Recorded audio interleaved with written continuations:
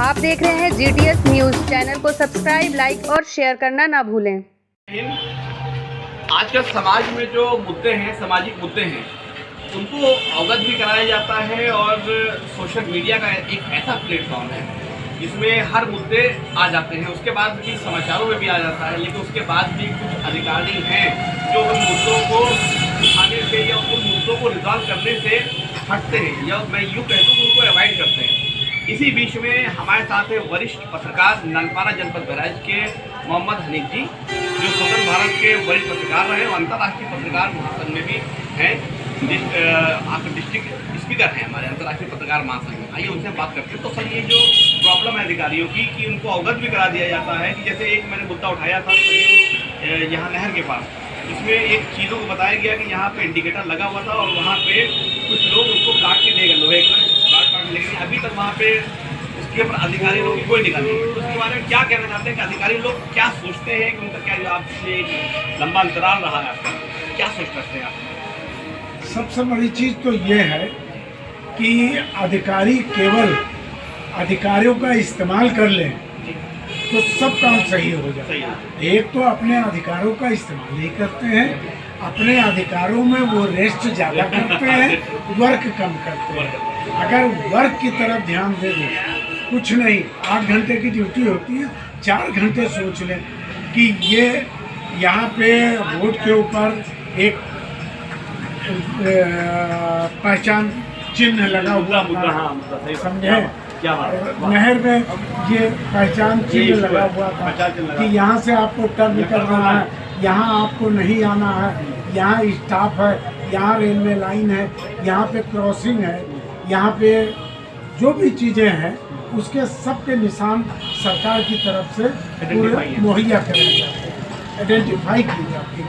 लेकिन अधिकारी इसमें लापरवाही और उनको चिन्हित नहीं करता।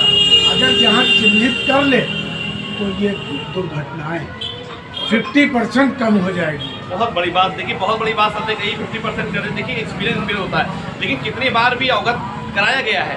अभी अधिकारियों को मन नहीं होता कि हमको नहीं पता, लेकिन जब वो, मैं तो खुद कहता जो प्रिपरेशन करते हैं यूपीएससी के और स्टेट पीएससी के एग्जाम की जो तैयारी करते हैं, तो उनको कमीशन हर लेवल पे चेक करता है, माइक्रो लेवल पे आपको एनालिसिस करना पड़ता है। अधिकारी उसी बन के आता है, लेकिन वो एनालिसिस अधिकारियों का कहाँ चला जाता है कि जब वो अपनी ड्यूटी के दौरान आते हैं तो उस समय वो एनालिसिस कहाँ चला जाता है, वो एनालिसिस कहाँ चला जाता है? अभी आप नगर का मुद्दा उठा लीजिए। नगर में हमारे 25 वार्ड थे, 25 मोहल्ले थे पहले शुरू के टाइम में, नगर पालिका से नगर परिषद बनने में 25 मोहल्ले में 25 तालाब ननपारे में थे। तालाबों में जो पानी वहाँ जाए इकट्ठे होता है, जो उन जगह का जानवरों को पीने के लिए वहाँ का जो रिसोर्स होता है कि हमारी ज़मीन में पानी की कमी नहीं आना चाहिए, ये एक रिसाइकिल चलता है। लेकिन उन तालाबों को देखिए अस्तित्व समाप्त हो रहा है, उस तरफ कोई ध्यान नहीं दे रहा है। ये नगर पालिका की जिम्मेदारी है। अब ये भी जैसे कि पानी हर तरफ है, जैसे हमारी बाग में पानी आ गया है, कभी भी कहा हो तो नहीं पता, अगर वो पानी एक जगह पे स्टोर होता तो उसका जिम्मेदारी किसकी है? वो अगर ये नगर पालिका की जिम्मेदारी है, तो उस जिम्मेदारियों पे कैसे आप वहाँ से रिसाइकिल होता है, पानी का रिसाइकिल होता है कि वो धरती में जाता है, दोबारा हमको आपको वही पीने योग्य पानी मिल जाता है। तो इस तरफ ध्यान दिया जाए, बुनियादी चीज़ें हैं। तो सर, ये आपने बात बताई उसमें, लेकिन अभी कोई भी सरकारें होती है, कोई सरकारें होते हैं कि वो हमेशा सरकारी चाहती है कि हमारी सरकार हमेशा बनी रहे, और इसमें एक अहम रोल होता है प्रशासन का। तो अगर प्रशासन अगर अच्छे से काम करे, जागरूक रहे, सतर्क रहे, जिस तरह वो अपनी प्रिपरेशन के दौरान वो सतर्क रहते थे कि हर लेवल में भाई देखिए इकोनॉमी पढ़ लें ये ना छूट जाए, है ना, हिस्ट्री पढ़ ले ये ना छूट जाए, एनवायरनमेंट पढ़ ले ये ना छूट जाए, तो वो ड्यूटी पे कुछ अधिकारियों को मैं नहीं कह रहा हूँ, बाकी कुछ अधिकारी बहुत अच्छे तभी तो हमारा देश चल रहा है, लेकिन कुछ लोगों को अवगत कराने के बाद भी समस्या रहती है। आखिरी में क्या संदेश देना चाहते हैं अधिकारियों को, कार्यशैली में क्या करना चाहिए? मैं ये कहना चाहता हूँ, कार्यशैली में अपने आप को सोचें, 1 घंटे चिंतन मनन करें कि आखिर इस क्षेत्र में जिस कुर्सी पे मैं बैठा हूँ इसकी जिम्मेदारी क्या है, और जिम्मेदारी को अगर वो समझ लेंगे, ज़्यादा नहीं, एक 10, 20, 50 पॉइंट होंगे, वर्क इतना ही होगा और महीना है, 1 घंटे एक काम के लिए दे दो, महीने में सारे काम फिनिश।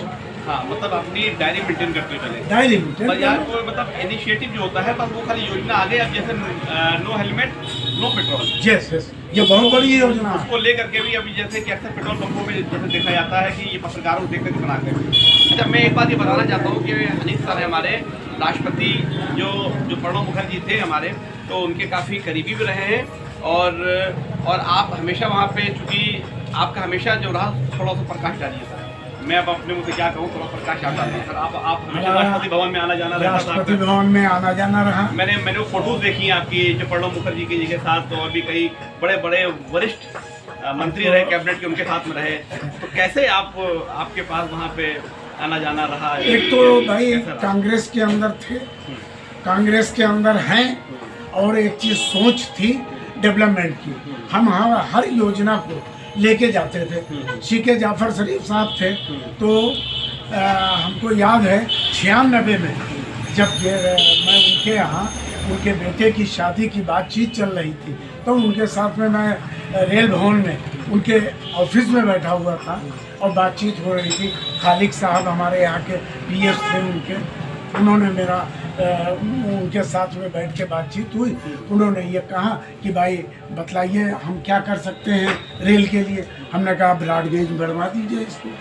क्या बात। उस वक्त की 96 का प्रोजेक्ट आज देखिए सामने बैठ रहा है, आपके सामने, नजरों के सामने है।